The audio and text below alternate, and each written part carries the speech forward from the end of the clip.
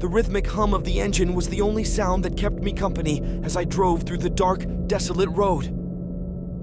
It was past midnight, and I was on my way back home from a long road trip. The headlights of my car illuminated the eerie surroundings, casting long shadows on the towering trees that lined the sides of the road.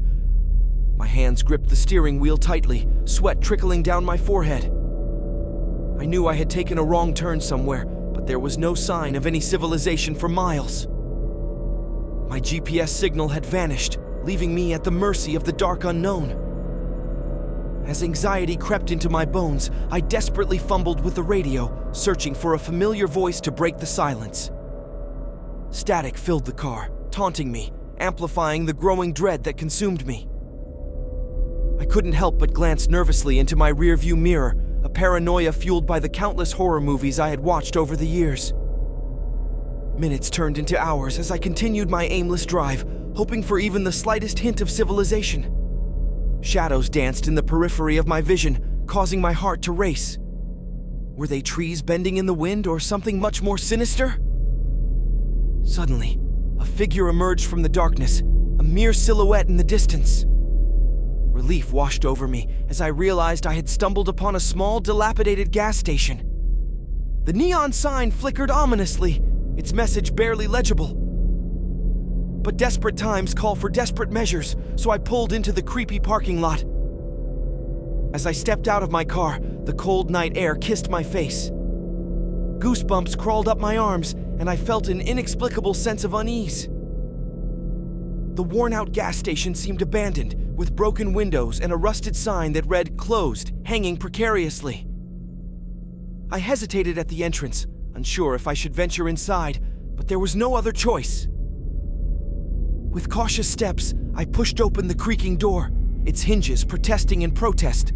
The aroma of mildew and decay permeated the air, adding to the building's eerie ambiance. Shuffling between the empty shelves, my unease only intensified. The flickering light overhead cast eerie shadows on the worn, peeling wallpaper. My footsteps echoed through the abandoned station, making the silence even more deafening. Suddenly, the static-filled voice of a radio crackled to life, piercing through the heavy silence. My heart skipped a beat as a barely audible whisper teased my ears. I turned in every direction, searching for the source, but found nothing. Fear welled up inside me, urging me to leave, but my curiosity had already taken hold. With trembling hands, I continued my exploration of the desolate place. The sound of distant footsteps echoed through the hallways, but each time I turned a corner, I found nothing but emptiness.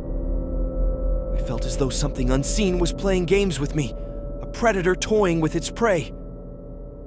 A sudden movement caught my eye, and I turned toward a cracked mirror hanging on the wall. My reflection was distorted, its eyes hollow, and a twisted grin stretching across its face.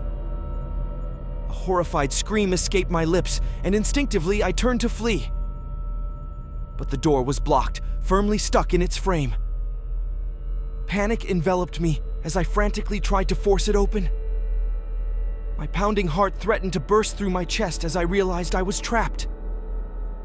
The flickering lights abruptly went out, plunging the gas station into total darkness.